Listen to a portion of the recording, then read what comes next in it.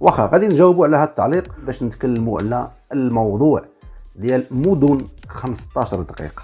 الفيديو اللي كان كيروج ديال بيدرو سانشيز هو ديال الكونفينامينتو ولا ديال الحجر الصحي ديال الكورونا فيروس ديال 2020، ما عنده حتى علاقه بهاد المدن ولا بهذا الموضوع ديال المدن ديال 15 دقيقه. واخا باش نكونوا واضحين، غادي تعرفوا ان اسبانيا وبزاف ديال الدول اللي كتنفذ اوامر ديال النخبه اللي كنهضروا عليها. ماشي غادي يحبسونا، ماشي غادي يسدوا لنا في الديور ديالنا، ماشي غادي يسدوا لنا في واحد المساحه ديال 15 كيلومتر، لا، وانما الاهداف اخرى اللي كتهمهم هما المفهوم ديال هاد المدن ديال 15 دقيقه، وهما كاع زعما باش نديروا لكم مثلا السوبر مارشي، السبيطار، الفارماسيان، هذا الى اخره، يعني باش ما نستعملوش الطوموبيلات ونلوثوا المدن وما عندنا ما نديروا حنا بدوك الشوارع اللي كبيره يعني وملوثه. على العموم غادي نخلي لكم هذا الفيديو باش تشوفون ديال هذا الموضوع اللي كيروج ديال 15 دقيقه، وغادي نعاودوا يدخلونا ثاني ويسدوا علينا وزيد من هذا الكلام هذا.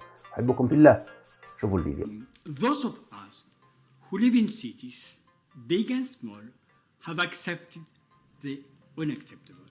We accept that in cities, our sense of time is warped because we have to waste so much of it just adapting to the absurd organization and long distances of most of today's cities. Why is it we who have to adapt and to degrade our potential quality of life?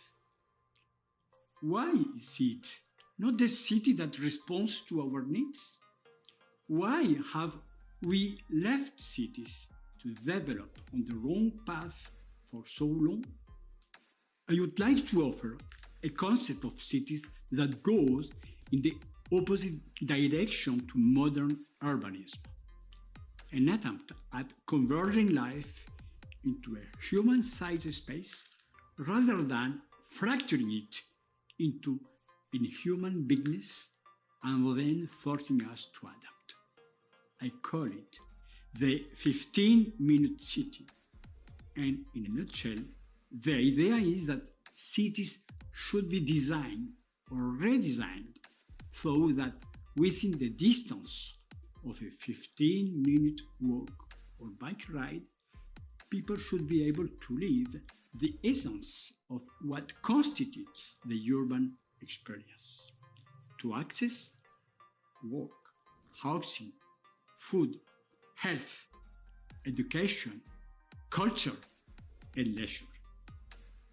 Have you ever stopped to ask yourself, why does a noisy and polluted street need to be a noisy and polluted street? Just because it is? Why can't it be a calm street lined with trees where people can actually meet and walk to the baker and kids can walk to school? Our acceptance of the dysfunctions and indignities of modern cities has reached a peak. We need to change that. We need to change it for the sake of justice, of our well-being, and of the climate. What do we need to create 15-minute cities?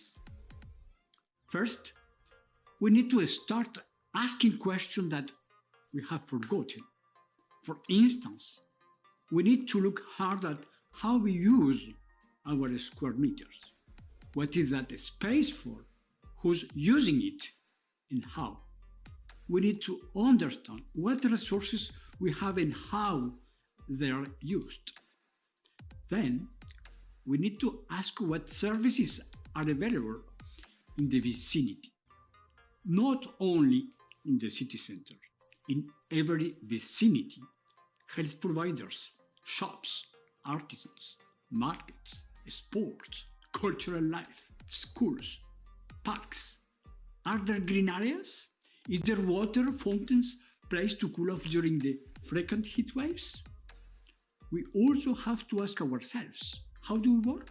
Why is the place I live here and work is far away?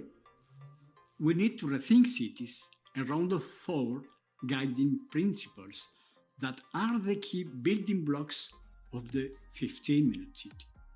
First, ecology for a green and sustainable city.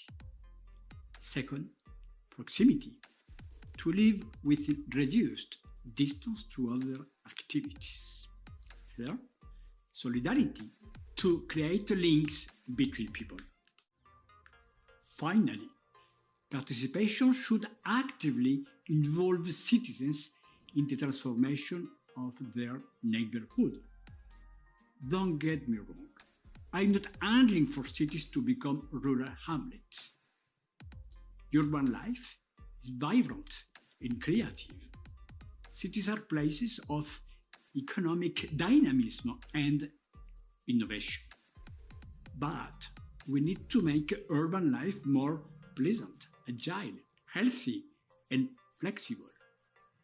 To do so, we need to make sure everyone, and I mean everyone, those living downtown and those living at the fringes, has access to all key services within proximity. How do we get this done? The first city to adopt the 15-minute city idea is Paris, France. Mayor Anne Hidalgo has suggested a big bang of proximity, which includes, for instance, a massive decentralization, developing new services for each of the districts, a reduction of traffic by increasing bike lanes into spaces of leisure, new economic models to encourage local shops, building more green spaces, transform existing infrastructure, for instance, fabrication labs in sports centers or turning schools into neighborhood centers in the evenings. That, actually, a golden rule of the 15-minute city, every square meter that's already built should be used for different things. The 15-minute city is an attempt to reconcile the city with the humans that live in it. The 15-minute city should have three key features. First, the rhythm of the city should follow humans, not cars. Second, each square meter should serve many different purposes.